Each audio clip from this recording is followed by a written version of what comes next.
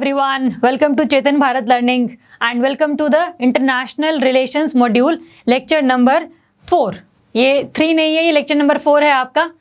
पिछले कुछ लेक्चर्स में हम लोगों ने चीज़ें काफ़ी डिस्कस करी हैं, जिसमें हम लोगों ने बेसिक कंसेप्ट्स के बारे में बात करी है, जिसमें हम लोगों ने ये देखा है कि किस तरीके से कौन सी कंट्री किस कंट्री के साथ अलाइड है, उसकी फ्रेंड है, या फिर कौन किसकी एनिमी है, या फिर क्या रिलेशनशिप है, उनके कॉम्प्लिकेशंस हैं, या फिर जो भी इश्यूज इन्वॉल्व हैं, और ख़ास करके वो कंसेप्ट्स जो आपके न्यूज़ में रहे थे या फिर करंट में रहे थे। तो इसी कड़ी को आगे बढ़ाते हुए हम लोग कुछ और कंसेप्ट्स करेंगे आज। तो शुरू करेंगे अपने पहले टॉपिक के साथ में। फर्स्ट टॉपिक है हमारा उइघुर मुस्लिम्स। ये भी काफ़ी न्यूज़ में रहे हैं, क्योंकि अभी एक तो हमें ये पता होना चाहिए कि ये जो कम्युनिटी है, एक तो ये पाई कहाँ पे जाती है एंड इसके साथ बेसिकली क्या इश्यूज अटैच्ड हैं। अगर आप ये मैप देखें तो this is the map of China, Kazakhstan, Kyrgyzstan और इंडिया, थाईलैंड वगैरह का। अगर आप चाइना वाली साइड जाएं तो आपको हल्का सा ये येलो रीजन में नज़र आएगा, जिनजियांग रीजन। इस जिनजियांग रीजन में जो ये उइघुर मुस्लिम्स हैं, they are found in the majority. तो इसी वजह से कई सारी चीज़ें ऐसी हो रही हैं जिनकी वजह से the Uyghur Muslims living in the Xinjiang region are being persecuted. इनको मारा जा रहा है या फिर इनको कोई कॉन्सेंट्रेशन कैंप्स में इनको इंक्लूड किया जा रहा है, जहाँ पर इनकी एनरोलमेंट की जाती है, और साथ में इनको कुछ महीने इनको रखा जाता है यहाँ पे, जहाँ पे इनको जो डिफरेंट कल्चर ऑफ चाइना है वो सिखाया जाता है, ताकि ये जिनका जो नेटिव कल्चर है उइघुर मुस्लिम्स का, that can be destroyed by China. तो ये क्लेम्स हैं जो उइघुर मुस्लिम्स भी लगाते हैं चाइनीज़ गवर्नमेंट पे, और कई सारी और ह्यूमन राइट ऑर्गेनाइजेशंस या NGO वॉचेस जो भी हैं, वो ये बोलती हैं कि चाइनीज़ गवर्नमेंट डेलिबरेटली, जानबूझ के उइघुर मुस्लिम्स को परसिक्यूशन कर रहा है, और जिनको वो परसिक्यूट नहीं कर रहा है, ये उनके कल्चर को बिल्कुल डिस्ट्रॉय करने की कोशिश कर रहा है। एक तो ये इशू है। साथ में अगर हम देखें कि ये न्यूज़ में क्यों था, न्यूज़ में ये इसलिए थे क्योंकि रिसेंटली अभी एक टर्की और चाइना के बीच में there is a extradition treaty. There is the extradition treaty between Turkey and China। इस ट्रीटी के हिसाब से अगर कोई भी उइघुर मुस्लिम टर्की में कोई ऐसी एक्टिविटी करता है which is a kind of offensive या फिर against the security of Turkey, और अगर वो या फिर कोई चाइना में रहने वाला कोई उइघुर मुस्लिम कोई एक्टिविटी करता है, तो they can be transferred with each other.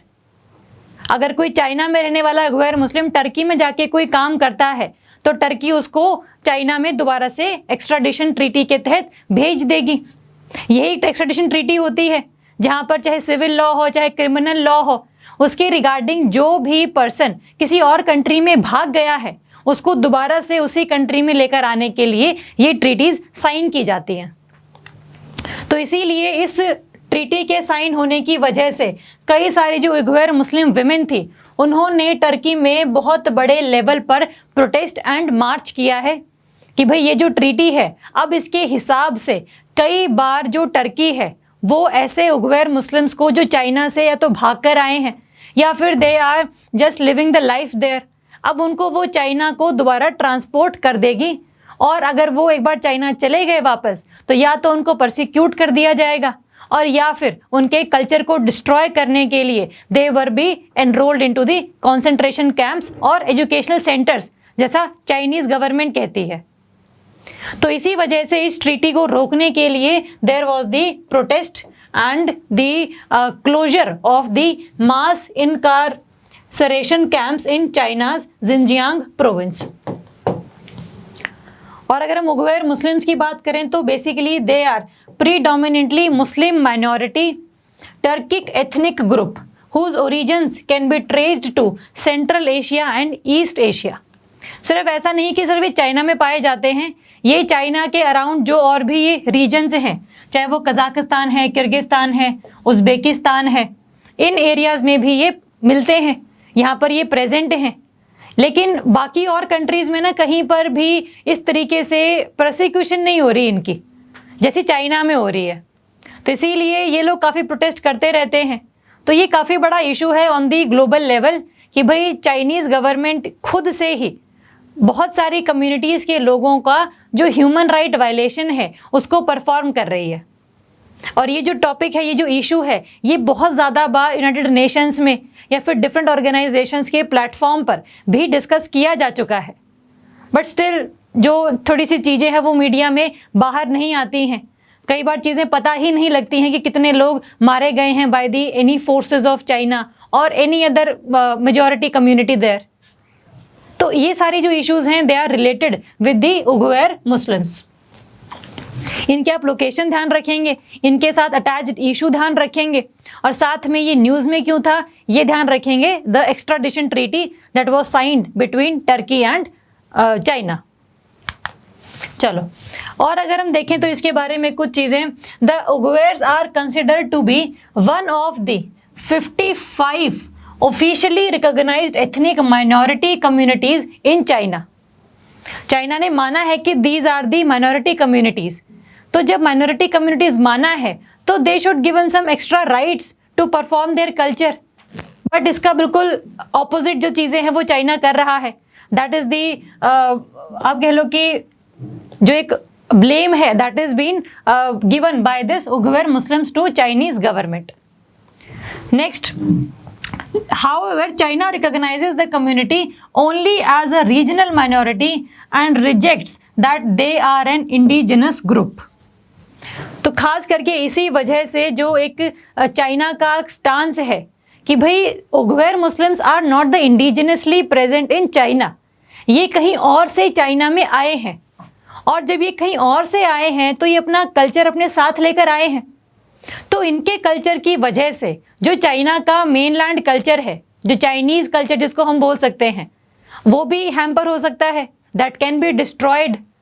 And इसी वजह से क्या है, बहुत सारी चीज़ें चाइना कर रहा है जहाँ पर ये लोग इनको सो कॉल्ड एजुकेशनल सेंटर्स में एनरोल करते हैं एंड दे ट्राई कि ये चाइना का जो कल्चर है ये अडॉप्ट कर लें। इनकी इस तरीके से एजुकेशन की जाती है वहाँ पे कि इनको लगता है कि भाई they are part of China ultimately. तो जो चीज़ आपको बार बार बोली जा रही है 2-3 साल लगातार तक, साथ में टॉर्चर भी हो रहा है, तो अल्टीमेटली ये क्या है, ये एक तो जो रीजन है उसकी स्टेबिलिटी के लिए काफ़ी अच्छा नहीं है ऑब्वियसली। चाहे वो साथ में लगता कजाकिस्तान हो चाहे किर्गिस्तान हो, वहाँ पर जो उइगर मुस्लिम्स रह रहे हैं दे वर बी प्रोटेस्टेड कि भाई चाइना में हमारी कम्युनिटी के साथ कैसा चीज़ें हो रही हैं। तो ये जो पूरा रीजन है ये उसको अनस्टेबल बनाता है। और क्योंकि जो बाहर रहने वाले उइगर मुस्लिम्स हैं ये भी उनको सपोर्ट करते हैं चाइना वालों को, चाइना में जो उइगर मुस्लिम्स रह रहे हैं, तो ये जो बाहर से भी सपोर्ट है वो प्रोवाइड किया जाता है। तो इसी वजह से जो चाइना है वो और ज़्यादा अग्रेसिवली चीज़ों को इम्प्लीमेंट करता है ताकि बाहर से कोई भी सपोर्ट चाइना में रहने वाले उइगर मुस्लिम्स को ना पहुंच सके। तो ये कुछ इश्यूज हैं जो सॉल्व करने चाहिए। और जो चीज़ें हैं ना कि इनका बेसिकली रीज़न क्या है कि भाई वाई दे आर परसिक्यूटेड। जैसे अगर हम ये मैप देखें चाइना वाला, तो चाइना का ये जो ईस्ट वाला पार्ट है ना ये काफ़ी फ्लरिश्ड है। यहाँ पर कई सारे रिवर्स भी आती हैं। अगर रिवर्स आती हैं तो इरिगेशन के लिए काफ़ी चीज़ें पॉसिबल हैं, तो फूड सिक्योरिटी काफ़ी है इस रीजन में, तो प्रॉस्पेरिटी आई है। तो काफ़ी ज़्यादा अमाउंट ऑफ पर्सन्स क्या हैं ये इसी ईस्ट चाइना में प्रेजेंट हैं। आप कितनी बड़ी बड़ी सिटीज़ देखेंगे वो सारी आपको ईस्ट चाइना में ही मिलेंगी, क्योंकि जो वेस्ट चाइना वाला पार्ट है that is a kind of desertified region. एक तो डेजर्टिफाइड रीजन है, बारिश नहीं होती है, साथ में कोई बहुत बड़ी रिवर नहीं है, और साथ में कम्युनिटी भी माइनॉरिटी वाली है वहाँ पे। तो खास करके इस वजह से बहुत टाइम पहले तक इनके ऊपर कोई भी ऐसी एट्रोसिटीज़ देखने को नहीं मिलती थी, because the China were divided between the prosper east and the non prosper west. तो ये अपनी लाइफ ठीक से व्यतीत कर रहे थे, जो चाइनीज़ कल्चर है वो भी फ्लरिश कर रहा था। बट अल्टीमेटली क्या हुआ है, कई सारे जो over the past few decades जो as economic prosperity has also come to Xinjiang, क्योंकि इंडस्ट्री जो लगनी है यहाँ पर अपना नए नए जो मिनरल्स हैं, नई नई जो मेटल्स हैं उनकी काफ़ी ज़्यादा खोज की जा रही है। तो यहाँ पर भी देखा गया है कि यहाँ पर कोल मिलता है, यहाँ पर आयरन मिलता है, साथ में कुछ और चीज़ें भी हैं जो यहाँ से लेकर ईस्ट चाइना में ट्रांसपोर्ट की जा सकती हैं। खास करके जो सिल्क रोड चाइना बना रहा है, that goes to the Xinjiang region, और वहीं से आगे ये पाकिस्तान, ईरान, कजाकिस्तान यहाँ तक पहुँचता है। तो इसीलिए काफ़ी सारे पिछले सालों में, पिछले दशकों में कई सारे जो लोग हैं हैन चाइनीज़, जो कि मेजॉरिटी कम्युनिटी है वहाँ पर, अब वो वहाँ पर जिंजियांग रीजन में पहुँच गए हैं। अब जहाँ पर दो कल्चर के लोग रहेंगे जो बिल्कुल ही डिफरेंट कल्चर से हैं, बिल्कुल ही डिफरेंट रिलीजन से हैं, अब कॉन्फ्लिक्ट तो शुरू होगा। तो कॉन्फ्लिक्ट शुरू होने की वजह से क्या हुआ है, उइगर मुस्लिम्स और हैन चाइनीज़ के बीच में जो चीज़ें हैं वो काफ़ी ज़्यादा बिगड़ गई हैं। कॉन्फ्लिक्ट अब ना बिल्कुल डायरेक्ट तौर पे देखा जाता है। पहले सिर्फ इनडायरेक्टली इनटॉलरेंस थी, अब बिल्कुल डायरेक्टली टॉलरेंस खत्म हो चुकी है। तो इसीलिए इसी रीज़न की वजह से जो हैन चाइनीज़ वहाँ पर आए हैं, इन्होंने कई सारी इंडस्ट्रीज़ एक तो खोली हैं, साथ में जो एम्प्लॉयमेंट है वो उसी ईस्ट चाइना में रहने वाले जो लोग हैं उनको प्रोवाइड कर रहे हैं। They are having the settlement in the Xinjiang region. तो क्रक्स लास्ट में ये निकला है कि जो उइगर मुस्लिम्स हैं उनके पास जो लाइवलीहुड अपॉर्चुनिटीज प्रेजेंट हो सकती थी, that has been cornered by the east Han Chinese people. और जब हम इकोनॉमिक प्रोस्पेरिटी की बात करते हैं, वहाँ पर हम ये बात कर रहे हैं कि इनइक्वालिटी का जो गैप है वो बहुत ज़्यादा बढ़ गया है between the Uighur Muslims and the Han Chinese majority community. तो अब जहाँ पर इकोनॉमिक प्रोस्पेरिटी में इनइक्वालिटी होगी, वहाँ पर कॉन्फ्लिक्ट शुरू होगा ही होगा, जो कि यहाँ पर हुआ है। तो कई बार अगर इकोनॉमिक प्रोस्पेरिटी को ना लेने के लिए, अगर जैसे हम उइगर मुस्लिम्स की बात कर रहे हैं, तो they are not economically prosper as the other people, तो प्रोटेस्ट करते हैं तो फिर इसके प्रोटेस्ट को क्रश कर दिया जाता है। आप एग्जाम्पल लें, जैसे इंडिया में झारखंड, छत्तीसगढ़, उड़ीसा वाले रीजन हैं जहाँ पर नंबर ऑफ मिनरल्स पाए जाते हैं, but still these are the most poorest state in India. अब अगर यहाँ के लोग प्रोटेस्ट कर रहे हैं कि भाई इंडस्ट्रीज तो हमारे यहाँ पर हैं, एम्प्लॉयमेंट आप किसी और स्टेट के लोगों को दे रहे हो, तो फिर प्रोटेस्ट तो करना इनका बनेगा। सेम कंडीशन यहाँ पे भी है। तो इंडिया में डेमोक्रेटिक वैल्यूज थोड़ी सी ज़्यादा हैं, इसीलिए प्रोटेस्ट को बहुत बुरे तरीके से क्रश नहीं किया जाता है। लोगों को समझाया जाता है कि भाई कुछ ना कुछ डील निकाल लेंगे, कुछ ना कुछ चीज़ें कर लेंगे, बट यहाँ पे तो चीज़ें सुनी ही नहीं जा रही। आप बोलते रह जाएंगे, आपको सुनेगा ही नहीं। तो इसीलिए ये लोग कह रहे हैं कि भाई हमें अपनी आवाज़ सुनाने के लिए बहुत बड़े पैमाने पर प्रोटेस्ट करना पड़ता है, और तभी जाके आपकी गवर्नमेंट सुनती है। और आप फिर कहते हैं कि हम आपके रीजन में इंस्टेबिलिटी कॉज कर रहे हैं। तो या तो हमें बोलने का कोई प्लेटफॉर्म प्रोवाइड कर दो, या फिर हमारी बातें सुन लो नॉर्मली ही। तो ये सब चीज़ें हैं। एक तो हमने बात करी इकोनॉमिकल प्रोस्पेरिटी की, जो यहाँ पर नहीं प्रेजेंट है, और दूसरा इनके जो false accusation by the Chinese government of terrorism and separatism. China government के हिसाब से जिंजियांग रीजन में जो रहने वाले लोग हैं, they are demanding a separate country. Secessionist movement है बेसिकली यहाँ पर। तो इसीलिए चाइना बहुत बड़े तौर पर जो एक क्रश करता है प्रोटेस्ट को, वो बहुत बुरे तरीके से करता है, ताकि किसी भी तरीके से जो चाइना के हिस्से ना हो। चाइना रिमेन दी वन सिंगल कंट्री। यहाँ पर चाइना टेरिटरी बढ़ाने की बात कर रहा है, यहाँ पर ये लोग अगर टेरिटरी लेने की बात करेंगे तो चाइना तो प्रोटेस्ट करेगा ही, चाइना तो क्रश करेगा प्रोटेस्ट को। तो इसीलिए ये भी एक रीज़न है कि चाइना को लगता है कि they are favouring the Uighur Muslims are favouring the terrorism and separatism, और इनको जो सपोर्ट है वो बाहर से भी मिल रहा है। तो इन्हीं सब चीज़ों को रोकने के लिए, इनके कल्चर को चेंज करने के लिए, इनकी आइडियोलॉजी को चेंज करने के लिए, they are running the so called educational centres where the उइगर्स are being cured of extreme thoughts and radicalization and learning vocational skills। Chinese government के हिसाब से दे आर एजुकेशनल सेंटर्स, जहाँ पर इनको नई नई लाइवलीहुड अपॉर्चुनिटीज़ के लिए तैयार किया जा रहा है, या फिर इनको जो एक्सट्रीम थॉट्स हैं इनका ब्रेन वॉश किया जा रहा है कि भाई ये सब जो आप टेररिज्म या सेपरेटिज्म की आइडियोलॉजी फैला रहे हो, that is not to be done. तो ये एजुकेशनल सेंटर्स हैं अकॉर्डिंग टू चाइना।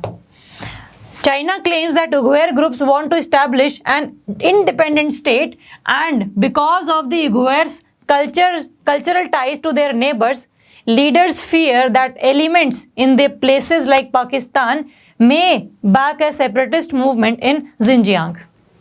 वही help from the neighbors. तो ये एक इश्यूज हैं उइघुर मुस्लिम्स के साथ में जो काफ़ी न्यूज़ में रहते हैं।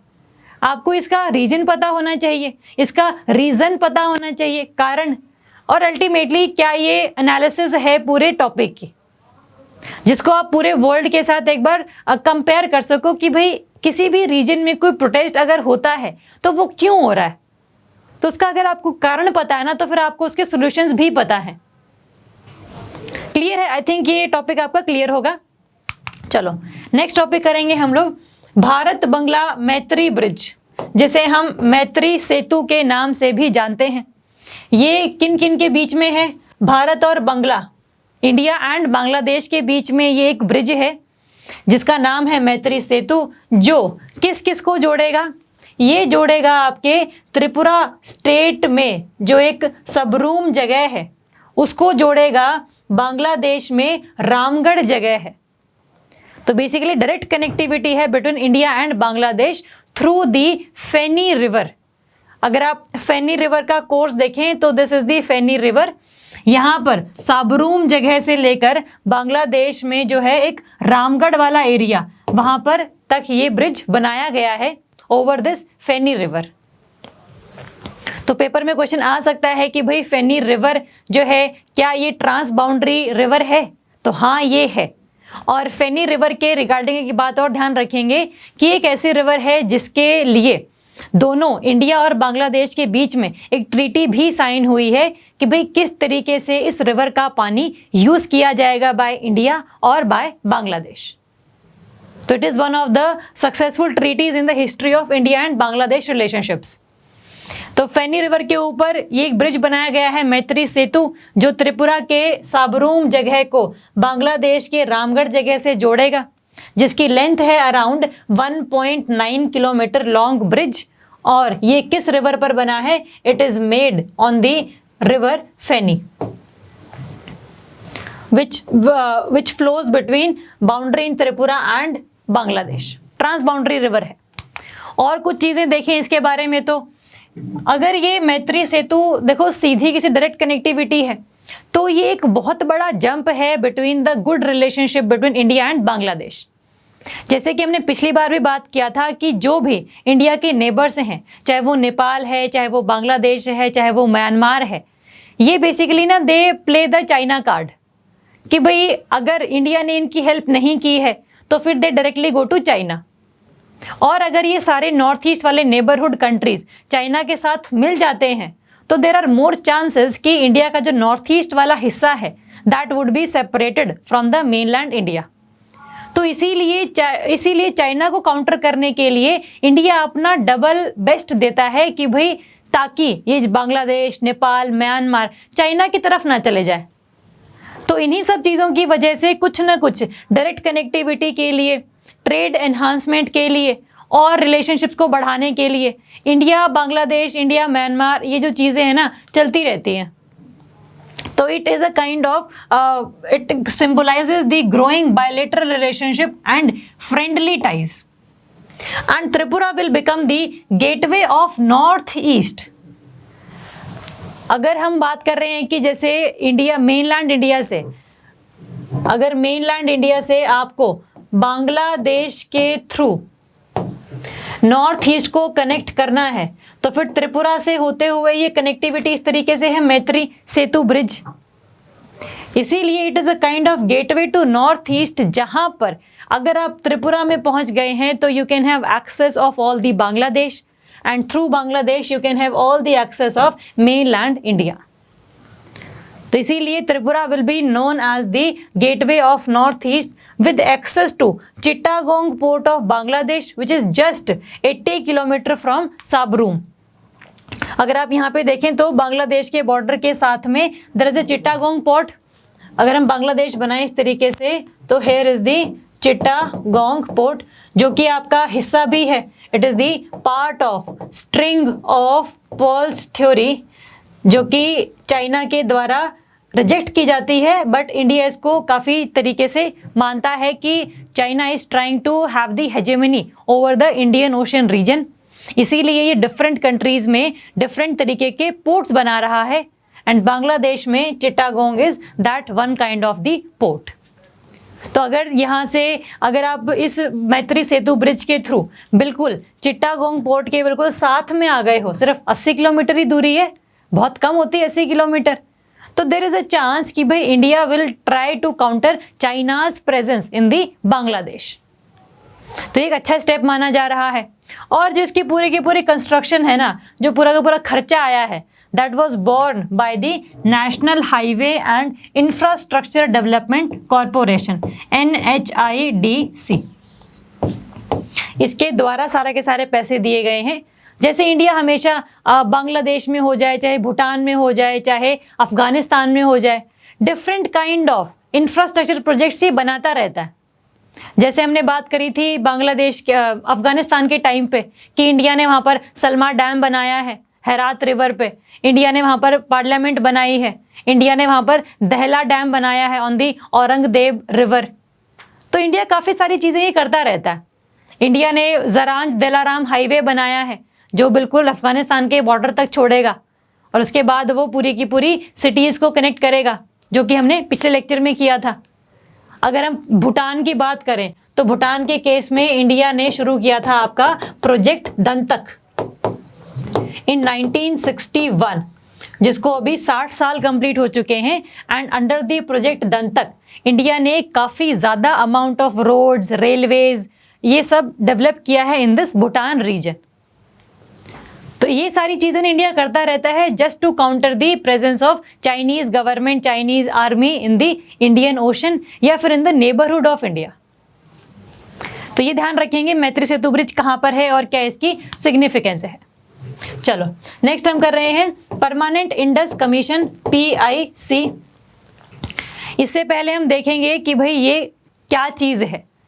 Permanent Indus Commission was formed under the Indus Water Treaty that was signed in 1960 between India and Pakistan and which was brokered by World Bank।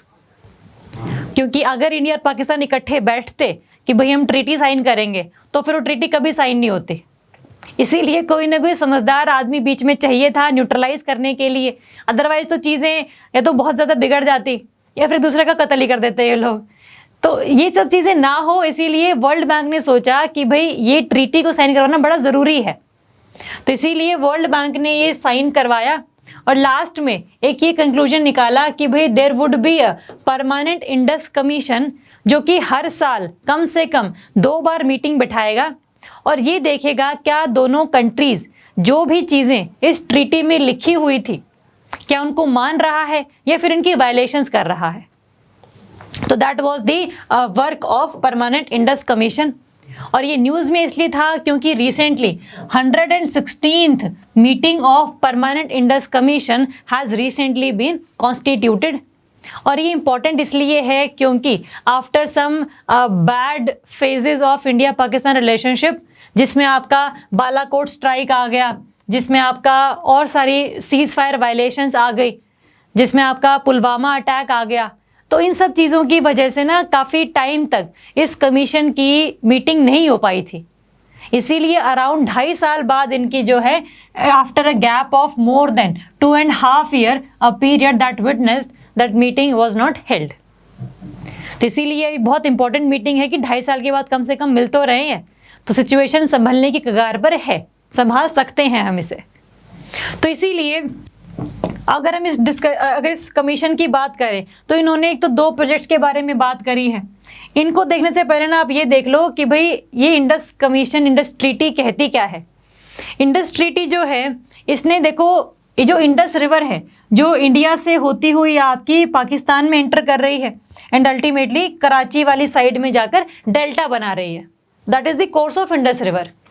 यहाँ से आकर झेलम मिल रही है, चेनाब आ रही है, ब्यास है, आपकी सतलुज रिवर है, पूरी की पूरी इंडिया में ही रह जाती है ये तो, और रावी रिवर है। तो ये ऐसे रिवर्स हैं जो इंडिया से पाकिस्तान जा रही हैं। तो जो भी कोई ऐसी रिवर जो दो कंट्रीज के बीच में जाती है, तो अल्टीमेटली क्या होता है कि जो अपर राइपेरियन कंट्री है जिसमें ऐसा इंडिया है, तो उसके पास ज़्यादा राइट्स होते हैं कि भाई वो उसके पानी के साथ कुछ भी कर ले, चाहे डैम बना ले, उससे इलेक्ट्रिसिटी जनरेट कर ले। तो अल्टीमेटली होता क्या है, जब फ्लड आती है तो ये सारे के सारे डैम के गेट्स खोल देते हैं and ultimately all the flood water will go to Pakistan region. और जब ड्रॉट पड़ेगा तब सारा का सारा पानी ये स्टोर कर लेगा ताकि अपने लोगों तक पहुंचा सके इसे। तो ऐसी रिवर जो ट्रांस बाउंड्री रिवर्स हैं उनके ऊपर हमेशा कोई ना कोई अग्रीमेंट साइन होना चाहिए, ताकि दोनों कंट्रीज के ऊपर ये बाउंडेशंस हो कि जब भी इनको यूज करेंगे तो अल्टीमेटली दोनों के ही हकों की बात करेंगे। पहली चीज, अगर हम इस ट्रीटी की बात करें, ट्रीटी में इन सभी रिवर्स को they divided into two parts. One is the western rivers and one is the eastern rivers. Western rivers में आपके आ रहे हैं Indus, Jhelum and Chenab, and eastern rivers are Ravi, Beas and Sutlej. इस ट्रीटी के हिसाब से ऑल दी वेस्टर्न रिवर्स का जो एक्सेस है that would be given to Pakistan only, कि इसके सारे पानी का जो यूज है वो पाकिस्तान करेगा और इंडिया कोई भी डैम नहीं बना सकता है ऑन दीज थ्री रिवर्स। और ये जो ईस्टर्न रिवर्स है they are come under the control of India. तो सिंपल ये दोनों ने अग्रीमेंट साइन किया कि भाई हाँ ऐसी ही चीजें चलेंगे। लेकिन इसमें एक हल्की सी ट्रिक ये है कि इंडिया को इन तीनों रिवर्स पर they can have the run of the river project, they can have the run of the river project, जो कि सिर्फ इलेक्ट्रिसिटी बनाने के लिए काम आता है, ना कि जो डैम के पीछे रिजर्वायर होता है वो क्रिएट किया जाता है। तो क्रक्स अल्टीमेटली ये है कि किसी भी तरीके का रिजर्वायर क्रिएट नहीं किया जा रहा है। सिंपल जो रिवर है उसके पानी को थोड़ा सा स्पीड प्रोवाइड करने के लिए एक डैम टाइप सा बनाया है, लेकिन उससे सिर्फ हम क्या कर रहे हैं, we are just generating the electricity and not transferring the water for any consumptive purposes. पहली बात ये, तो ये ट्रिक है, ये आप ध्यान रखेंगे कि वेस्टर्न रिवर्स का पानी भी इंडिया यूज कर सकता है, but just to have the run of the river project to generate the electricity in that area. Clear है? तो अब ये तीन चीजें आपको पता है कि भाई कौन कौन सी रिवर कैसे कैसे फ्लो कर रही है, क्या ये ट्रीटी कहती है। इस ट्रीटी के अकॉर्डिंग परमानेंट इंडस कमीशन बैठाया गया था। अब न्यूज में क्या था, न्यूज में इसलिए था क्योंकि इन दोनों ने दो चीजें डिस्कस करनी थी। पहला तो एक पकल दुल हाइड्रो इलेक्ट्रिक प्रोजेक्ट और दूसरा था आपका लोअर कलनाई प्रोजेक्ट। जो पकल दुल प्रोजेक्ट है आपका that is on the river Marusudar, जो कि एक ट्रिब्यूटरी है चेनाब की, और हमें पता है कि जो चेनाब है that comes under the control of Pakistan, but India is still maintaining the dam here generating the electricity. And other than that there is a second project called Lower Kalnai River which is being developed on the river Chenab. Again that is on the Chenab. तो ultimately जब control सारा का सारा पाकिस्तान के पास है तो India इस पर क्यों डैम बना रहा है, क्यों चीजें कर रहा है। तो ये जो शिकायत है, ये जो कंप्लेंट है that has been filed by the Pakistan against India under this permanent Indus commission. लेकिन अब इंडिया क्लेम ये करता है कि भाई इस ट्रीटी के तहत वो जो एक क्लॉज था जहां पर इंडिया इन तीनों रिवर्स का वाटर यूज नहीं करेगा, लेकिन India can have the run of the river projects to generate the electricity, और हम लोगों ने सिर्फ और सिर्फ हाइड्रो इलेक्ट्रिक प्रोजेक्ट लगाया है सिर्फ और सिर्फ इलेक्ट्रिसिटी जनरेट करने के लिए।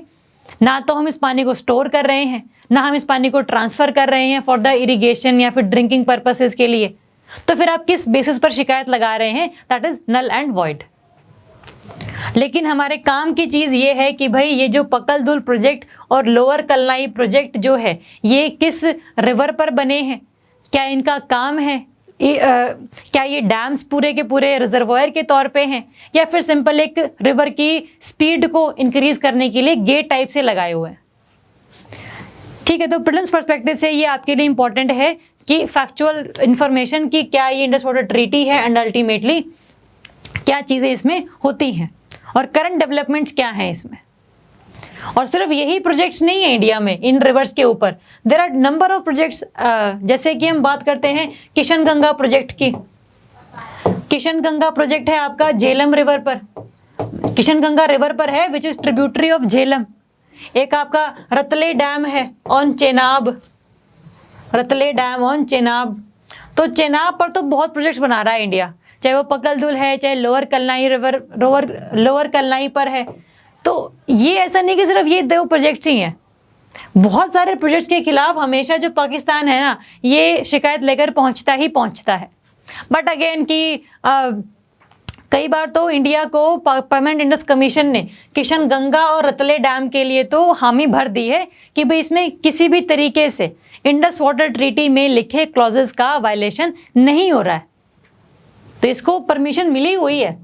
बट हल्का सा यही होता है ना कि बार बार इरिटेट करने के लिए, टॉर्चर करने के लिए पहुंच जाते हैं हमेशा PIC के पास पाकिस्तान वाले, तो इसीलिए थोड़ी सी चीज़ें न्यूज़ में रहती हैं। आप देखते रहना कि भाई कौन सा प्रोजेक्ट है जिसके ऊपर पाकिस्तान की नज़र है कि इस बेसिस पर हम लोग कंप्लेंट करेंगे। बाकी जो बेसिक बैकग्राउंड है, जो बेसिक हिस्ट्री है regarding the Indus water treaty या फिर PIC, ये हमें क्लियर है। ओके चलो, ये आपके कुछ फैक्ट्स हैं इसके बारे में। यही जो हम लोगों ने बात करी, brokered by world bank, eastern rivers, western rivers, and under the treaty the India has been given the right to generate hydroelectricity through a run of the river project on the western river subject to specific criteria for design and operation। ठीक है, एक बार नज़र मार लेना थोड़ा सा, बाकी crux यही निकाला है जो मैंने आपको चीज़ें बताई हैं। चलो नेक्स्ट टॉपिक कर रहे हैं हमारा the heart of Asia Istanbul process. The heart of Asia conference recently अभी कंडक्ट की गई है। आप ध्यान रखेंगे कि भाई ये जो कॉन्फ्रेंस है, एक तो ये क्यों कंडक्ट की जाती है और इसके मेंबर कौन कौन से होते हैं। जैसे फॉर एग्जांपल अफ़गानिस्तान की हमने कल भी बात करी थी कि अफ़गानिस्तान में ना बहुत सारी जो चीज़ें हैं वो कंट्रोल में नहीं है। कहीं पर अलकायदा का मतलब पूरा गढ़ है, कहीं पर तालिबान की गवर्नमेंट है, कहीं पर जो अफ़गान गवर्नमेंट है, जो इलेक्टेड गवर्नमेंट है, वो अपना काम ठीक से नहीं कर पा रही है। तो ये क्या है ना, हमेशा बॉम्ब ब्लास्ट होते रहते हैं चीज़ें।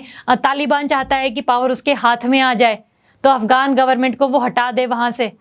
तो ये सब चीज़ें चलती रहती हैं, लेकिन अफ़गानिस्तान में पीस नहीं है बेसिकली। तो अफ़गानिस्तान में पीस कैसे इस्टेब्लिश की जाए, ये सिर्फ और सिर्फ अब अफ़गानिस्तान का मुद्दा नहीं रह गया है। नाउ इट इज़ द मुद्दा of all the neighbouring countries and all the बिल्कुल immediate neighbouring and extended neighbouring countries, immediate countries and extended neighbouring countries, जिसमें इंडिया भी आता है। कि भाई क्योंकि अगर आपको अफ़गानिस्तान पीसफुल चाहिए है, उसकी स्टेबिलिटी मेंटेन करनी है, तो फिर सिर्फ अफ़गानिस्तान की बस की बात नहीं रही अभी है। सभी को मिलकर एक ऐसी अप्रोच अपनानी पड़ेगी कि भाई क्या हम चीज़ें करें जिससे अफ़गानिस्तान में पीस इस्टेब्लिश की जा सके। तो इसी चीज़ को डिस्कस करने के लिए immediate neighbouring countries and extended neighbouring countries मिलते हैं under this heart of Asia conference. जो अपने एक्सटर्नल अफेयर मिनिस्टर हैं of India attended the 9th heart of Asia Istanbul process which was held in Dushanbe Tajikistan. ये भी आप ध्यान रखेंगे, ताजिकिस्तान में ये मीटिंग हुई है just to have the peace process in the Afghanistan, the peace within the Afghanistan and peace around the Afghanistan. And also set India supports the intra Afghan negotiations. जैसे कि हमने कल भी बात करी थी कि इंडिया हमेशा चाहता है कि जो पीस प्रोसेस है अफगानिस्तान में, that should be Afghan led, Afghan owned and Afghan controlled. किसी भी और फॉरेन पावर का किसी भी तरीके से इंटरफेरेंस ना हो। तो इसीलिए इंडिया की अप्रोच रही है। तो इसी को डिस्कस करने के लिए सभी कंट्रीज मिली हैं। तो ये सारे के सारे अफगानिस्तान के अराउंड जो भी कंट्रीज हैं, ईरान है, तुर्कमेनिस्तान, उज़्बेकिस्तान, इंडिया, पाकिस्तान, ये सब इसका मेंबर हैं। तो this is the objective of heart of Asia conference. अगर हम इसकी और कुछ फैक्चुअल कुछ प्रोविजंस की बात करें तो it was founded in November 2011 in Istanbul, Turkey. 2011 में इसको बनाया गया है, फॉर्म किया गया है। And it provides a platform for sincere and result oriented regional cooperation by placing Afghanistan at its centre, कि अफगानिस्तान पर टोटल फोकस किया जाए और सभी कंट्रीज अपनी अपनी राय बताएं कि भाई किस तरीके से we can establish peace in Afghanistan, and in recognition of the fact that secure and stable Afghanistan is vital to the prosperity of the heart of Asia region. जब अफगानिस्तान पीसफुल होगा तो आसपास की जो कंट्रीज होंगी they would be also peaceful. This platform was established to address the shared challenges and interests of Afghanistan and its neighbors and regional partners. Crux वही निकलता है अल्टीमेटली। और इसके अगर मेंबर्स की बात करें तो it comprises 15 participating members, 17 supporting countries and 12 supporting regional and international organisations. इतना नहीं भी याद रहता तो कोई दिक्कत वाली बात नहीं है, सिंपल ध्यान रखेंगे। हार्ट ऑफ एशिया कॉन्फ्रेंस में there are 15 member countries which participate annually, और जब भी उनको टाइम मिलता है। 15 ध्यान रखेंगे, it has the 15 member countries and India is the participating country. India is one of the participating country.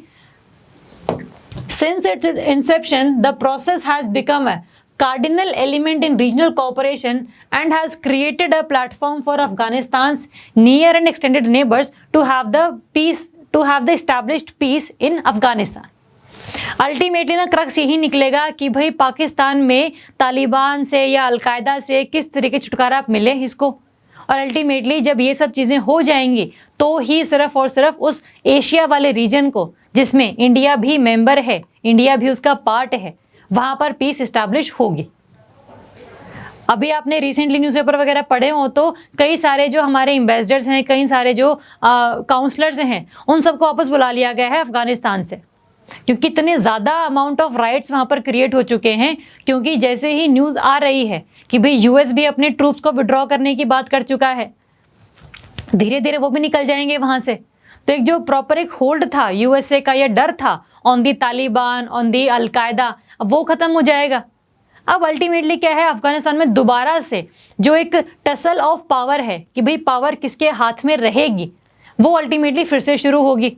And then again जी कम्युनल वायलेंस क्रिएट हो रही है, द ट्राइबल वायलेंस क्रिएट हो रही है, तो ये सब चीज़ें अगेन शुरू हो जाएंगी। And this is just now the introduction of that rights, जहाँ पर हम अभी बहुत बात कर रहे हैं कि 10 दिन से काफ़ी ज़्यादा बॉम्ब ब्लास्ट वगैरह हो रहे हैं वहाँ पे।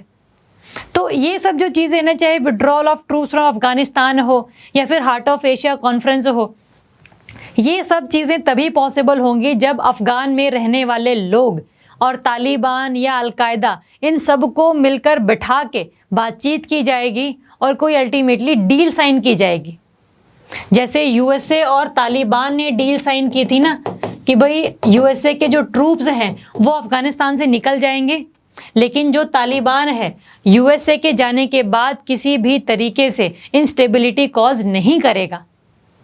पहले तो हम मानते ही नहीं थे कि भाई Taliban is a stakeholder, कि इसकी भी सुननी चाहिए हमें if we are discussing the Afghanistan में पीस प्रोसेस। लेकिन यूएसए ने चीज़ शुरू करी। यूएसए कहता है कि भाई अगर आपको अफगानिस्तान में पीस इस्टेब्लिश करनी है तो you should have Taliban on the table, क्योंकि अल्टीमेटली पीस प्रोसेस तो इसी ने साइन करनी है। तो उस डील का क्या होता है, क्या वो सक्सेसफुल रहेगी after the withdrawal of troops, ये सब चीज़ें देखने वाली हैं। बट अभी जो चीज़ें हैं वो काफ़ी ज़्यादा ट्रैजिक हैं, बहुत ज़्यादा हॉरिफाइंग हैं, जिस तरीके से वहाँ पर अब चीज़ें राइट्स में कन्वर्ट हो रही हैं। But paper point of view से आपको हल्की सी ये चीज़ें थोड़ी सी पता होनी चाहिए कि हार्ट ऑफ एशिया कॉन्फ्रेंस क्या है, या फिर और जो इश्यूज़ हैं अफगानिस्तान के साथ वो क्या चीज़ें हैं। क्लियर है? चलो नेक्स्ट हम करेंगे multilateral maritime exercise La Perouse. La Perouse basically that is a kind of French word. तो ये एक मल्टीलेटरल मैरिटाइम एक्सरसाइज है, मतलब यहाँ पर सारे के सारे जो नेवल फोर्सेस हैं they would be participating country, जिसमें इंडिया ने भी पार्टिसिपेट किया है, जहाँ पर INS Satpura and INS Kiltan along with P8I जैसे Poseidon 8I long range maritime patrol aircraft, इन सभी की प्रेजेंस वहाँ पर इंश्योर की गई, वहाँ पर ऑब्जर्व की गई मेनली।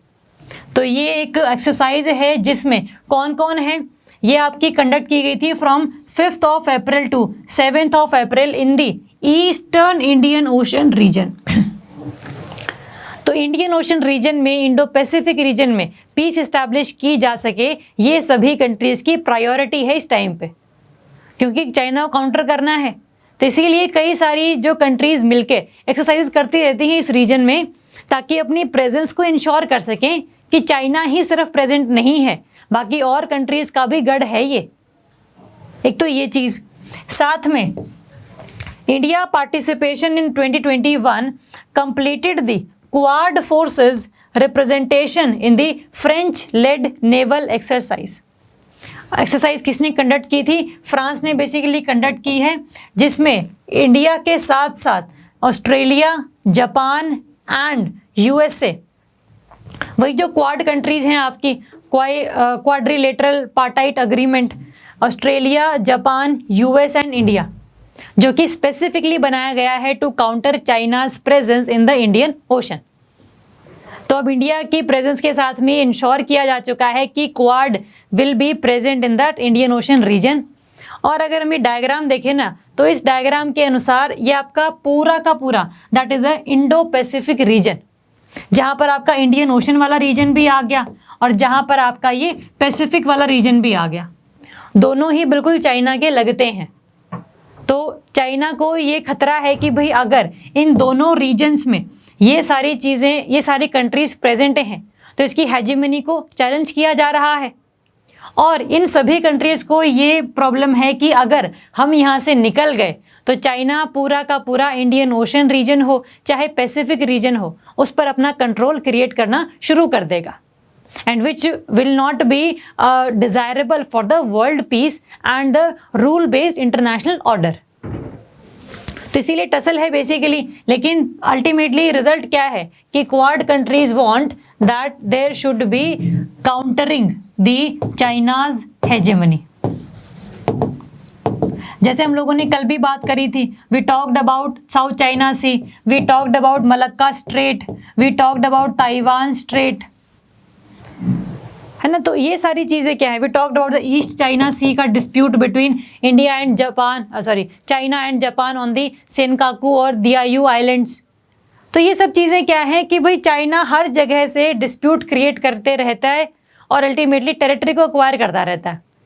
तो ये सब चीज़ें इंश्योर करनी है कि ना हो regarding this La Perouse exercise which was French led. अगर हम इंडिया और फ्रेंच की बात करें, इंडिया और फ्रांस की बात करें, तो there are different number of exercises which are conducted between these two countries. अगर हम एयरफोर्स एक्सरसाइज की बात करें तो देयर आर 2, डेजर्ट नाइट 21 बेसिकली जो अभी हुआ है 21 इसलिए लिखा गया है, Desert Knight and Garuda, these are the 2 air exercises between India and France. Naval की बात करेंगे तो वरुणा है, और अगर आर्मी की बात करेंगे तो एक्सरसाइज शक्ति है। क्योंकि पेपर में क्वेश्चंस आते हैं कि भाई एक्सरसाइज कंडक्ट की गई है, that is between which 2 countries. तो आपको ये चीज़ें याद रखनी है, चाहे रट्टा मारो चाहे कोई निमोनिक बनाओ, ये आपके ऊपर है, बट एक्सरसाइज आपकी टिप्स पर होनी चाहिए कि भाई आपने कोई भी एक्सरसाइज मिले आपको याद हो कि भाई किसके बीच में है ये। एक्सरसाइज संप्रीति है इंडिया बांग्लादेश, आपकी शांति रोग्रो सेना है इंडिया बांग्लादेश, कॉर्पेट है इंडिया इंडोनेशिया, मालाबार है इंडिया जापान ऑस्ट्रेलिया यूएस, तो युद्ध अभ्यास है बिटवीन इंडिया एंड यूएस। तो ये जितनी भी एक्सरसाइजेज हैं ये आपको बिल्कुल टिप्स पर होनी चाहिए, क्योंकि और सबको भी याद है ये, जहाँ पे कंपटीशन में लोग हैं। ठीक है, तो ये एक्सरसाइज ध्यान रखेंगे और जो बाकी न्यूज़ में रहती रहेंगी उनको भी साथ साथ लिखते रहेंगे। चलो नेक्स्ट है आपका 17th बिम्स्टेक मिनिस्टीरियल मीटिंग। जैसे हम लोगों ने कल सार्क किया था, कल हम लोगों ने एशियान किया था, आज हम लोग करेंगे एक और ऑर्गेनाइजेशन जिसका नाम है बिम्स्टेक। इसकी अभी रिसेंटली 17th मीटिंग कंडक्ट की गई है और ये वर्चुअल मीटिंग है बेसिकली, तो वर्चुअल मोड में की गई थी, जिसकी चेयर चेयरमैनशिप जो थी that was done by the Sri Lanka. अगर हम बिम्स्टेक की बात करें तो that is Bay of Bengal initiative for multi sectoral technical and economic cooperation. इतना बड़ा नाम नहीं भी याद होता है तो कोई बात नहीं, सिंपल बे ऑफ बंगाल के रीजन के अराउंड जो भी कंट्रीज अवेलेबल हैं, प्रेजेंट हैं, उन सभी का ये एक ग्रुपिज्म है। जैसे सार्क था आपका south association, south Asian association था, जो आपका एशियान था that was south east Asia, वैसे ही ये बे ऑफ बंगाल वाले एरिया के साथ अटैच्ड कंट्रीज की ग्रुपिंग है। अगर आप डायग्राम में देखें तो दीज आर दी कंट्रीज जिसमें आपका India is the part, Nepal है, आपका भूटान है, म्यांमार है, बांग्लादेश, थाईलैंड, श्रीलंका, 1 2 3 4 5 6 7 कंट्रीज हैं मेनली ये। तो ये 7 कंट्रीज बेसिकली मिलकर क्या बना रही हैं आपका बिम्स्टेक। जैसे हम लोगों ने सार्क याद किया था, सार्क में क्या था, म्यांमार नहीं था, मालदीव्स था। मैंने आपको स्पेसिफिकली बताया था कि यहाँ पर जो मालदीव्स कंट्री है that is the part of SAARC, not the Myanmar. और अब यहाँ पर ये जो बिम्स्टेक है, यहाँ पर मालदीव्स नहीं है, यहाँ पर है आपका Myanmar, and one is the again Thailand. वहाँ पर थाईलैंड भी नहीं था, यहाँ पर थाईलैंड है। सार्क में आपका अफगानिस्तान था, लेकिन यहाँ पर अफगानिस्तान नहीं है। तो सिंपल बे ऑफ बंगाल और बिम्स्टेक और सार्क का ना कंपैरिजन आता है, इसीलिए मैंने आपको कंपेयर करके बताया है। क्योंकि ना जैसे सार्क अभी इंडिया पाकिस्तान की वजह से थोड़ा सा ये था कि थोड़ा सा चीज़ें बुरी चल रही हैं दोनों के बीच में, तो सार्क भी एज एन ऑर्गेनाइजेशन काफ़ी पिछड़ गया है, काफ़ी अनसक्सेसफुल हो गया है। तो अब सार्क की जगह कौन लेगा, सार्क की जगह लेगा आपका बिम्स्टेक, क्योंकि इसमें इंडिया पाकिस्तान नहीं है, तो यहाँ पर इसके सक्सेसफुल होने के जो चांसेस हैं वो थोड़े से ज़्यादा हैं। तो इसीलिए आप इनके एक तो मेंबर कंट्रीज का नाम ध्यान रखेंगे, आप इनको निमोनिक के थ्रू याद कर सकते हैं। जैसे there is tin MBBS that is regarding this BIMSTEC, जहाँ पर Thailand, India, Nepal, Myanmar, Bangladesh, Bhutan, Sri Lanka, ये 7 कंट्रीज हैं। तो ये चीज़ें ध्यान रखने वाली हैं। तो इसी तरीके से आप ना और चीज़ें भी ध्यान रखेंगे जिसमें आप कंफ्यूज नहीं होंगे, ताकि सार्क और बिम्स्टेक के बीच में चाहे वो एशियानी क्यों ना हो तो कंफ्यूजन क्रिएट कम होती है if you have the mnemonic prepared. तो अगर हम बात करें कि बिम्स्टेक के बारे में और क्या क्या चीज़ें इंपॉर्टेंट हैं, तो ये बना कब था? It was found in 1997 through the Bangkok declaration. कई बार इसके ना डिक्लेरेशंस भी पूछ लेते हैं कि भाई कौन सी ऑर्गेनाइजेशन किस डिक्लेरेशन के बाद बनी थी। जैसे का WTO किया था हमने, तो WTO was formed after this Marrakesh treaty, Marrakesh agreement. तो अब इसीलिए जो बिम्स्टेक है ये भी कैसे बना है, through this Bangkok declaration in 1997। SAARC was 1985, ASEAN was 1967, WTO was 1995 and BIMSTEC is 1997। तो इस तरीके से ना जो पिछले वाली चीज़ें हैं वो भी आप रिवाइज करते रहेंगे साथ साथ, ताकि ये ना हो कि भाई आगे चले और पीछे छोड़ दिया, तो वो सब नहीं हो, ताकि रिवीजन आपकी बिल्कुल टिप्स पर हो, वो चीज़ें ध्यान रखेंगे हम। और अगर इसके बारे में देखें तो it is a kind of organisation which is regional in nature, okay, and the group remained dormant for many years till it was revived a few years ago as an alternative of SAARC. तो it is considered to be an alternative of SAARC, कि SAARC की जगह पर BIMSTEC अब उसकी जगह ले सकता है। तो इसलिए बिम्स्टेक हमारे लिए इंपॉर्टेंट है। साथ में देखो बिम्स्टेक जो है it accounts the 22% of the world's population. कितनी ज़्यादा amount of number of people यहाँ पर प्रेजेंट हैं, तो इसीलिए इसकी जो सिग्निफिकेंस है वो बढ़ जाती है। और इतने लोग हैं, इतनी सर्विसेज प्रोवाइड करनी होती हैं उनको, उसके लिए इकोनॉमी भी चलनी ज़रूरी है। तो there is number of GDP जो अराउंड 2.7 ट्रिलियन डॉलर्स के अकॉर्डिंग यहाँ पर GDP एक्सपेक्ट की जा रही है। तो कहने का मतलब ये है कि एक ऐसा रीजन है जहां पर अगर सिक्योरिटी, ट्रेड एनहांसमेंट, डेवलपमेंट की बात की जाए तो फिर पूरे रीजन को फायदा पहुंचेगा, सिर्फ किसी एक कंट्री को फायदा नहीं पहुंच रहा है। तो इसीलिए ये ऑर्गेनाइजेशंस बनाई जाती हैं and the focus areas are mainly trade है, टेक्नोलॉजी है, एनर्जी, ट्रांसपोर्ट, टूरिज्म, फिशरीज। और अगर आप देखें तो ये सभी कंट्रीज देखो कैसी हैं, all the countries are kind of developing in nature majorly. तो ये जो ग्लोबल साउथ की हम बात कर रहे हैं कि भाई साउथ साउथ कोऑपरेशन, तो उसको भी इन्हांस कर रहा है कि भाई हम किसी और चीज़ के लिए जो नॉर्थ कंट्रीज हैं या फिर डेवलप्ड कंट्रीज हैं उन पर डिपेंडेंट नहीं है। हम लोग जो भी चीज़ें चाहिए होंगी वो आपस में ही सॉल्व कर लेंगे, आपस में ही बना लेंगे। तो ये जो इम्पोर्ट की एक डिपेंडेंस है ऑन द डेवलप्ड कंट्रीज, ये हल्की सी कम होती है if you have the strong regional organisation around your areas. एक तो ये चीज़। अगर हम इसके सेक्रेटरीट की बात करें तो सेक्रेटरीट इज इन दी ढाका। जो सार्क था उसका था आपका काठमांडू वाले रीजन में, और एशियान का कोई सेक्रेटरीट था ही नहीं। तो इसीलिए इसका ध्यान रखेंगे, बिम्स्टेक का ढाका है, बांग्लादेश है, वो कंट्रीज हैं जो बे ऑफ बंगाल को टच करती हैं। तो दीज आर दीज कंट्रीज। चलो, and that is alternative to SAARC. ये भी चीज आप ध्यान रखेंगे जब भी आप बिम्स्टेक को पढ़ रहे हैं। You will always compare the SAARC with BIMSTEC. क्या उसकी अच्छाइयाँ हैं, क्या इसकी बुराइयाँ हैं, क्या सक्सेसफुल हो पाएगा, नहीं हो पाएगा तो क्या रीजंस हैं, एंड अदर जो भी चीज़ें करंट डेवलपमेंट्स में आती रहेंगी। चलो, नेक्स्ट टॉपिक हम लोग करेंगे अपना, that is US petrol in India's EEZ। EEZ is the exclusive economic zones. जैसे हर कंट्री के पास जो एक लैंड बाउंड्री है उसको तो हम लोगों ने जोग्राफिकली डिफाइन कर दिया है कि this area is of India, this area is of Bangladesh. But जो ओशंस हैं वहाँ पर हम चीज़ें नहीं डिमार्केट कर पाते हैं प्रॉपरली। जैसा कि हमने इंडिया श्रीलंका केस में देखा था, जहाँ पर हमने फिशरीज वाले डेवलपमेंट्स की बात करी थी, जो हम लोगों ने इंटरनेशनल मैरीटाइम बाउंड्री लाइन की बात की 1974 में जो क्रिएट की गई थी। जो भी है वो रिवीजन आपका काम है।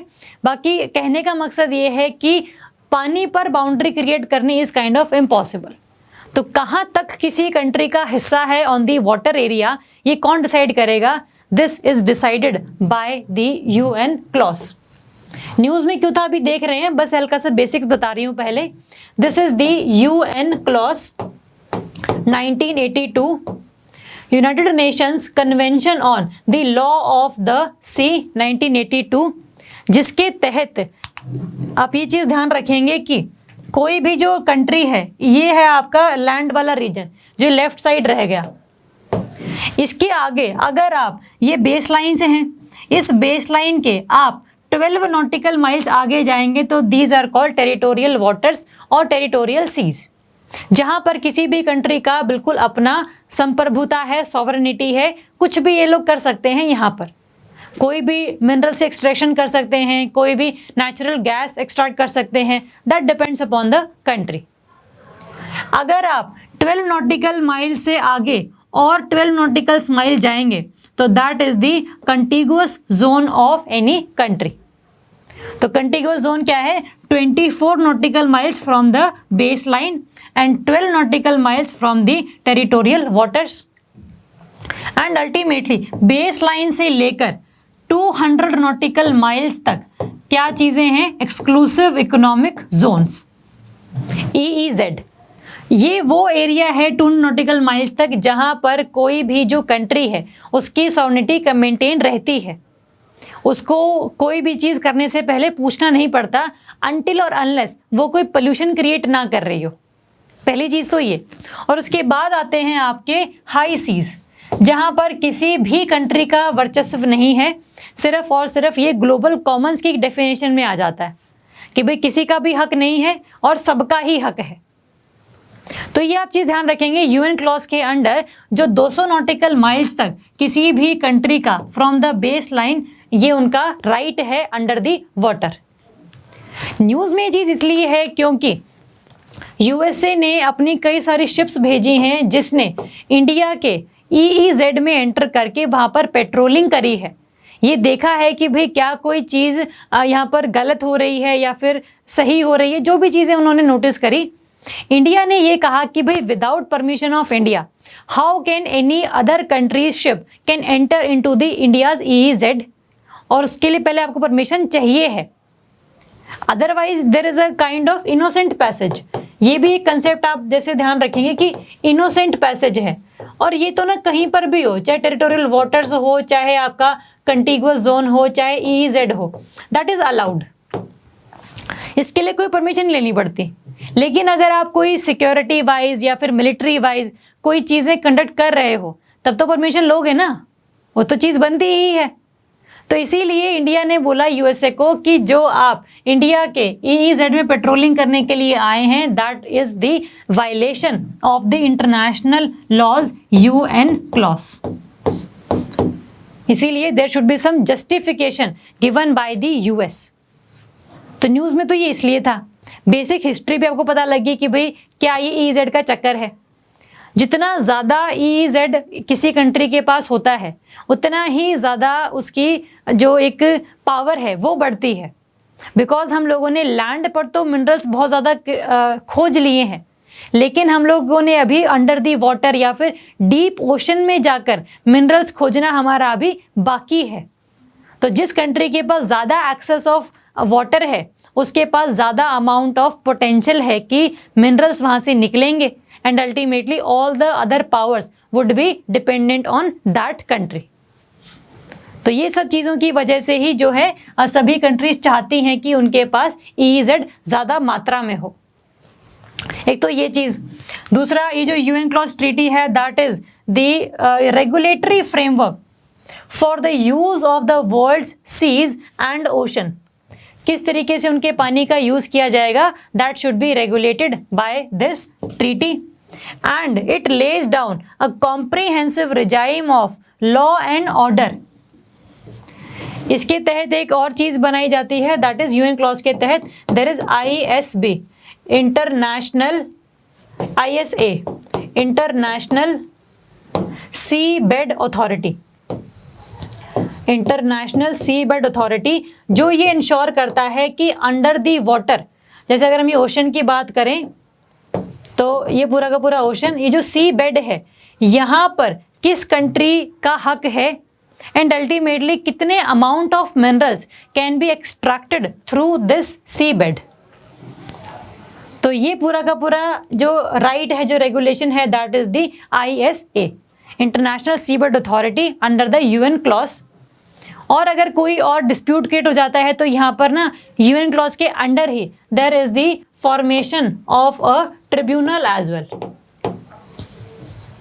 कि ट्रिब्यूनल भी है अगर दो कंट्रीज के बीच में कोई डिस्प्यूट हो जाता है कि भाई ये एरिया हमारा है, ये एरिया तुम्हारा है, तो अल्टीमेटली जो चीज़ें हैं that would be solved by this tribunal.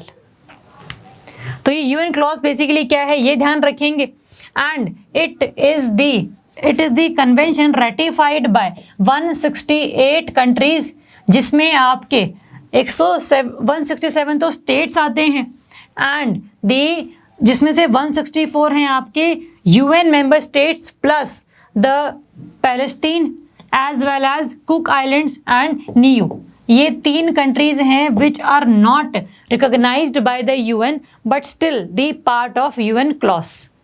ये भी इंपॉर्टेंट चीज़ है कि भाई सीधी स्टेटमेंट आ जाती है कि every member country in the UN CLOS is recognised by UN। नहीं, पैलेस्तीन है, कुक आइलैंड्स हैं, नीयू है, ये सब चीज़ें जो हैं इनके द्वारा रिकॉग्नाइज्ड नहीं है। तो 168 मेंबर्स हैं, जिसमें से 167 आपके कंट्रीज हैं, जिसमें से 164 are recognised by UN, 3 are not recognized by UN, and 1 is the international organization called European Union।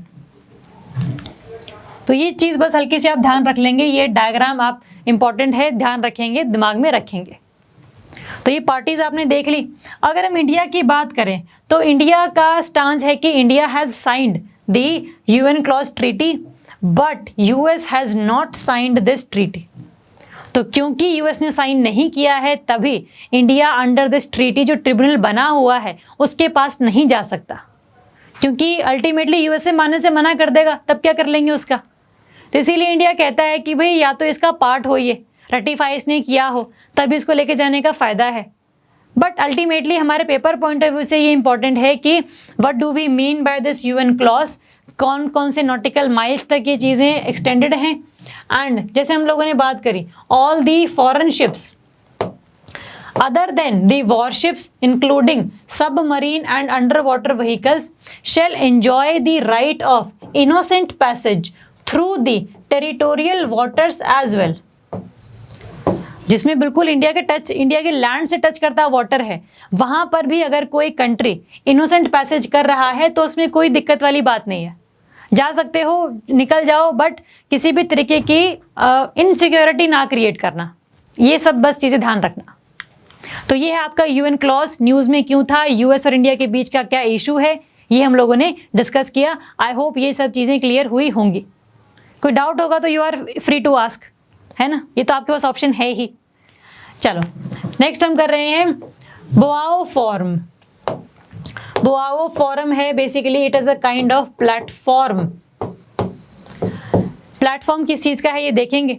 अभी रिसेंटली ये न्यूज में है क्योंकि the opening ceremony of Boao forum for Asia has been held in April 2021 in Hainan province of China का Boao. नहीं भी याद रहता है बोआओ का कौन सा प्रोविंस है, सिंपल ध्यान रखेंगे, चाइना में है भाई ये जगह। चाइना में एक ऐसी जगह है जहां पर ये प्लेटफॉर्म क्रिएट किया गया है to discuss different kind of issues between the different Asian countries. तो इसीलिए इसको क्रिएट किया गया है एंड इस साल ये अपनी 20th एनिवर्सरी भी मना रहा है। It was established in 2001। पहली चीज तो ये। और कुछ देखते हैं इसके बारे में कि भाई it was jointly initiated by 26 member states in 2001 and अभी इसके कितने मेंबर्स हैं, देयर आर 29 मेंबर्स, जिसमें से इंडिया इज ए मेंबर। जिस भी ऑर्गेनाइजेशंस की इंडिया मेंबर है वो हमारे लिए इंपॉर्टेंट है, और जो साथ में नेबरिंग कंट्रीज हैं वो भी हमारे लिए इंपॉर्टेंट हैं। तो तभी हम लोगों ने एशियान किया, एशियान का इंडिया पार्ट नहीं था but still we discussed it क्योंकि वो नेबरिंग कंट्रीज का बिल्कुल अहम हिस्सा है। तो इसीलिए बोआओ फोरम में ध्यान रखेंगे जो रिसेंटली अभी कंडक्ट की गई है इसकी मीटिंग। The founding purpose of BFA, क्यों बनाया गया था ये, is to promote economic integration in Asia, कि भाई आपस में ट्रेड को डेवलप किया जाए, जो टैरिफ्स हैं वो कम लगाए जाएं, every country should have the access of market to every other country, ताकि चीज़ें बहुत स्मूथली चलें, गुड्स एंड सर्विसेज का ट्रेड बढ़े। तो इकोनॉमिक इंटीग्रेशन की बात करते हैं। जैसे यूरोपियन यूनियन है, यूरोपियन कंट्रीज हैं, वहाँ पर क्या है, यूरो इज अ करेंसी जो बाकी सभी कंट्रीज भी यूज़ कर रही हैं। तो ये कह लो कि बहुत deeper level of economic integration है। ऐसा ही ये लोग चाह रहे हैं कि एशिया में भी इतना ट्रस्ट हो, इतनी चीज़ें ढंग से डेवलप हो सकें कि एक ही करेंसी हम लोग यूज़ कर सकें जो डिफरेंट कंट्रीज हैं। बट अगेन जब इश्यूज ही बिल्कुल दोनों के अलग अलग हैं तो फिर चीज़ें सिमिलर कैसे होंगी। ट्रस्ट डेवलप होने की तो बात ही खत्म हो जाती है। जहाँ पर चाइना आ गया, जहाँ पाकिस्तान आ गया, India can not trust that organisation, सीधी सी बात है ये तो ऐसे ही। बट पेपर के पॉइंट ऑफ व्यू से ध्यान रखेंगे कि इसका जो बेसिक ऑब्जेक्टिव था that is the deepening of economic integration in Asia and its mission now is to pool positive energy for the development of Asia and the world. मतलब पूरे world में एशिया की छवि अच्छी करना, इसकी डेवलपमेंट के लिए काम करना, नए नए राय लेकर आनी चीज़ों के बारे में, नए नए लोगों से बातचीत वगैरह करके नई स्कीम्स लॉन्च करनी एंड एनी अदर थिंग जो भी एशिया की डेवलपमेंट के लिए इजी है। अगर हम इसके 5 फोकल एरियाज़ की बात करें तो ये टेक्नोलॉजी इनोवेशन की बात करता है, क्योंकि डिफरेंट कंट्रीज़ हैं जो कुछ ऐसी हैं जो बहुत ज़्यादा इनोवेटिव हैं, तो उनकी हेल्प बाकी और कंट्रीज़ ले सकती हैं। इनोवेशन है, हेल्थ है, एजुकेशन है, culture and media in response to the new economy. वही कि मीडिया की भी थोड़ी सी जान पहचान हो, आपस में जो कल्चर है वो प्रोलिफरेट किया जा सके, एक कंट्री का रिलीजन कोई और कंट्री भी प्रोपोगेट करे, कोई भी तरीके की फ्रीडम ना छीनी जा सके। तो ये सब जो चीज़ें हैं they were discussed under this Boao forum, जो बोआवो जगह है आपका हेनान प्रोविंस ऑफ चाइना, वहाँ पर ये रिसेंटली कंडक्ट की गई थी, इसीलिए ये न्यूज़ में थी और हम लोगों ने करी। सीधी सी बात है। चलो नेक्स्ट हम लोग कर रहे हैं इंटरनेशनल रिलीजियस फ्रीडम रिपोर्ट 2021। ये बेसिकली यूएसए का एक डिपार्टमेंट है जो रिलीज़ करता है, जो ये बताता है कि पूरे वर्ल्ड में कितने ऐसी कंट्रीज़ हैं जहाँ पर रिलीजियस फ्रीडम बिल्कुल नहीं है या फिर थोड़ी सी बहुत ज़्यादा है। तो ये सब चीज़ें बताने के लिए there is a report published by US commission on international religious freedom UNCIRF, जिसने अभी इंडिया को, जैसे अगर हम इस रिपोर्ट की बात करें ना, तो ये सभी कंट्रीज़ को 2 ग्रुप्स में रखता है। पहला तो country of particular concern and a special watch list country.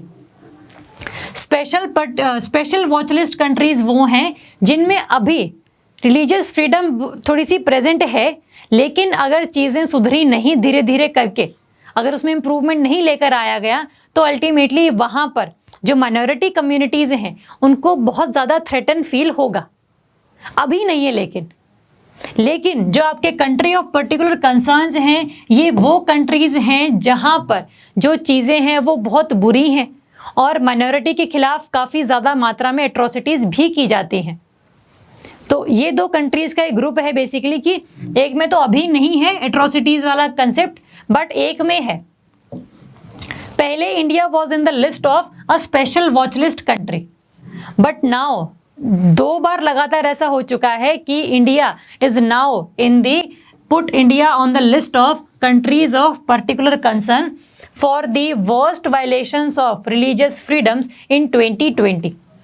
2020 में कई सारी चीज़ें ऐसी हुई हैं जहां पर सरकार की तरफ से माइनॉरिटीज़ को बचाने के लिए स्टेप्स नहीं उठाए गए एंड अल्टीमेटली जो रिलीजियस फ्रीडम थी टू प्रोपोगेट डिफरेंट रिलीजन्स, उसको प्रैक्टिस नहीं किया गया। तो ये लिस्ट ये बताती है, ये रिपोर्ट ये बताती है, पहली चीज़ तो ये कि India is in the list of countries of particular concern. अगर हम UNCIRF की बात करें तो it is a kind of independent bipartisan US federal government commission which is dedicated to defending the universal right of freedom of religion or belief abroad। इसका काम ये है कि बाकी और जो कंट्रीज हैं जिनके साथ यूएसए के रिलेशनशिप्स हैं, क्या वहाँ पर रिलीजियस फ्रीडम है, एग्जिस्ट करती या फिर नहीं करती, और या फिर ऐसा क्या काम किए जा सकते हैं कि रिलीजियस फ्रीडम को इंश्योर किया जा सके। तो ये सारा काम इसका है।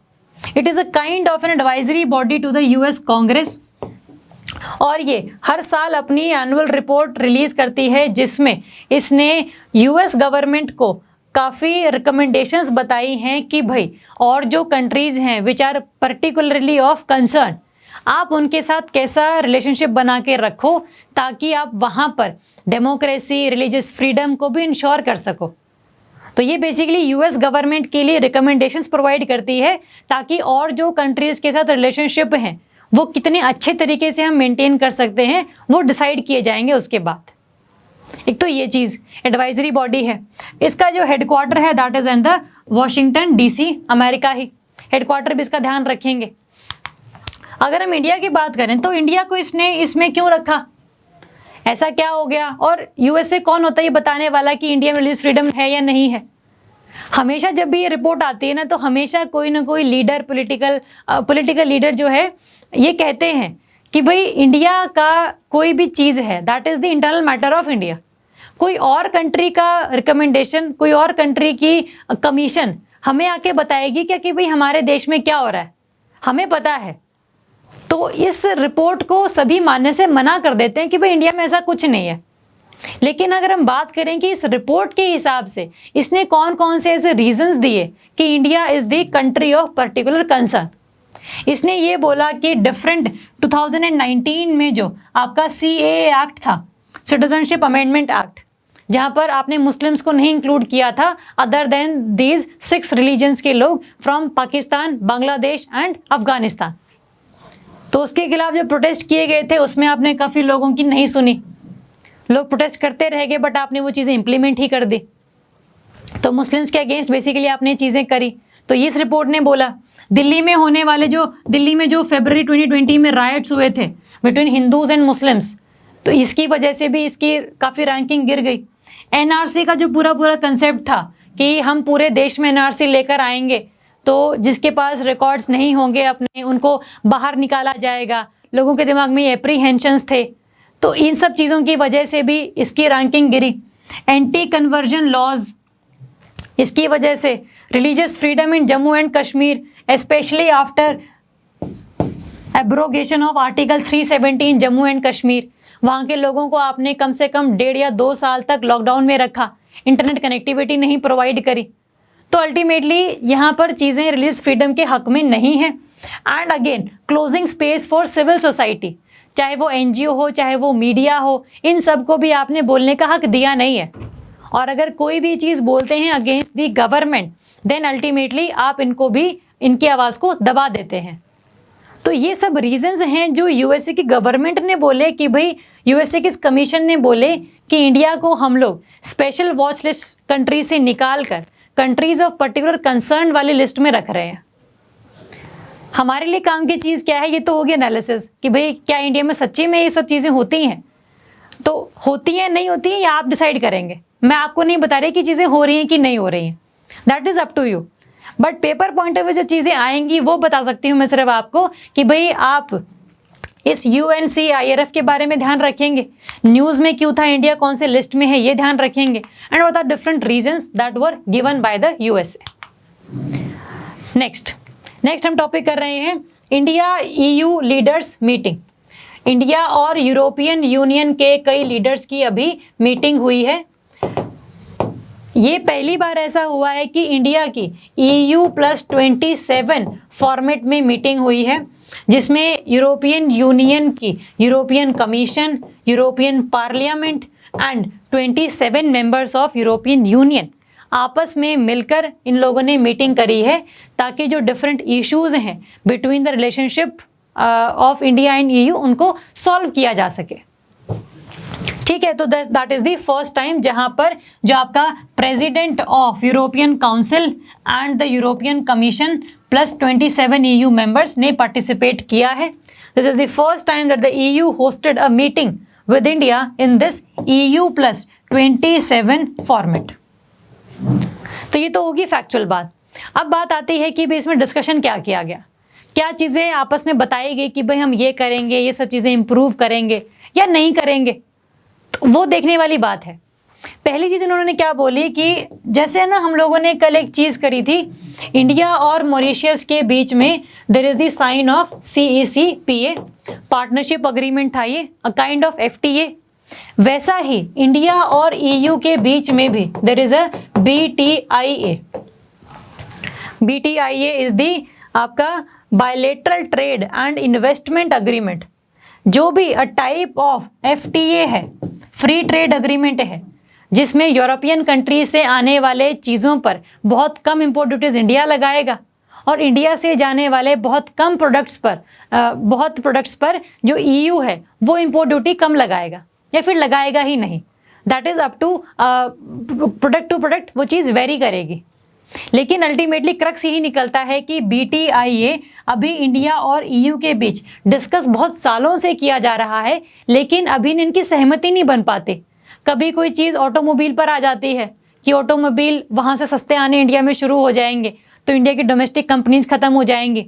वहाँ से सस्ती वाइन वगैरह आनी शुरू हो जाएंगी, तो इंडिया में जो डोमेस्टिक मार्केट है वो ख़त्म हो जाएगी। तो ये कुछ इश्यूज़ हैं जो इंडिया EU के बीच चलते रहते हैं। वो इश्यूज़ क्या है वो भी न्यूज़ में हैं, तो इसलिए इम्पॉर्टेंट नहीं है। बट इम्पॉर्टेंट ये है कि इंडिया और EU के बीच का जो FTA है उसका एक तो नाम क्या है, it has been discussed for a very long period of time but it has not been signed. तो इस मीटिंग में इन्होंने ये बोला है कि भाई हम लोग बहुत जल्दी ही चीज़ों को सॉल्व करेंगे and there would be a FTA agreement between India and EU countries. तो बहुत जल्दी चीज़ों को सॉल्व करेंगे, क्रक्स ये है। एंड अगर हम बात करें ना ट्रेड अग्रीमेंट की, तो इंडिया का EU is the largest trading partner in the goods in 2019 to 2020, जो कि आपका US और चाइना से भी बहुत आगे है। तो इसका मतलब अगर इंडिया और EU के बीच में ट्रेड अग्रीमेंट साइन हो जाता है तो अल्टीमेटली और ट्रेड बढ़ेगा बिटवीन इंडिया एंड EU, और जिसकी वजह से जो इंडिया की इकोनॉमी है that would also grow on a very many fold issues. पहली बात तो ये, तो इन्होंने एक तो ये डिस्कस किया FTA वाला अग्रीमेंट। दूसरा इन्होंने बोला कि भाई there would be a comprehensive connectivity partnership which is focused enhancing digital energy partnership, transport and people to people connectivity।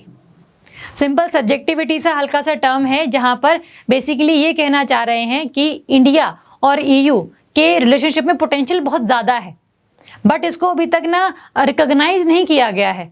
तो रिकॉग्नाइज करने के लिए क्या कर रहे हैं हम लोग, we are trying to ensure the people to people connectivity, we are trying to have the digital link between India and EU countries. तो ये सब भी हम लोग करेंगे। पेपर में अगर क्वेश्चन आए कि भाई connectivity partnership has been agreed between which two organisations, तो सीधा सीधा आंसर है इंडिया एंड EU। पहली चीज ये। दूसरा इन्होंने क्या बोला कि भाई जो भी हम लोगों ने पेरिस अग्रीमेंट में चीजें बोली थी उनको हम लोग अचीव करने के लिए इकट्ठे मिलकर काम करेंगे। जो EU है that will provide technology to India to benefit as a country कि वो अपने जो INDCs हैं उनको अचीव कर सके, अपने देश में फॉरेस्टेशन बढ़ा सकें, अपने देश में जो non fossil fuel based energy है उसको क्रिएट कर सके, सोलर, विंड, न्यूक्लियर, इन सब को प्रमोट कर सके। तो इस पर भी क्या है, एक अग्रीमेंट साइन किया गया है बिटवीन इंडिया एंड EU। और साथ में जो COP26 है जो रिसेंटली अभी होनी तो ये 2020 में थी, बट वही कोरोना की वजह से इसको भी डिले कर दिया गया। Now it will held in 2021, I think November में ये होगी, और ये होगी UK में ही होगी। तो वहाँ पर भी ये लोग चीज़ और डिस्कस करेंगे कि किस तरीके से पेरिस अग्रीमेंट को और सक्सेसफुल बनाया जा सकता है, इस पे बात करी। फिर इन लोगों ने जो डिफरेंट टेक्नोलॉजीज वाले एरियाज हैं, 5G, artificial intelligence, quantum and high performance computing, क्योंकि यूरोपियन यूनियन कंट्रीज जो हैं वो सारी ऐसी कंट्रीज हैं जिनके पास इनोवेशन या टेक्नोलॉजी की कमी नहीं है। They are basically have multiple amount of technologies. तो इंडिया के पास अभी वो नहीं है। तो इंडिया को बहुत ज़्यादा फायदा हो सकता है if it tries to deepen the relationship between the India and EU। तो ये सब चीज़ें काफ़ी इंडिया के लिए अच्छी साबित हो सकती हैं, चाहे वो एनवायरनमेंट के बेसिस पर पेरिस अग्रीमेंट को इम्प्लीमेंट करना हो, चाहे नई नई टेक्नोलॉजीज़ को लेकर आना हो, चाहे कनेक्टिविटी पार्टनरशिप करनी हो, चाहे FTA साइन करना हो। तो ये सब चीज़ें ना इंडिया के हक में काफ़ी ज़्यादा मात्रा में चली जाएंगी। तो यही सब बातें करी इंडिया और EU के लीडर्स ने मिलके। आज के लिए जो टॉपिक्स थे वो हमारे इतने ही थे। आगे की जो हमारी क्लास होगी उसमें हम जो बाकी बचे हुए मंथ हैं, जो करंट में चीज़ें रही हैं, वो डिस्कस करेंगे। अभी तक इन लेक्चर्स में अगर आपको कोई डाउट है तो you are free to ask. अगर आपको कोई भी दिक्कत आती है तो हिचकिचाइएगा नहीं, आपके डाउट्स क्लियर करना is the responsibility of our team. बाकी होगा तो कुछ बताइएगा। बाकी thank you so much and all the best for your studies.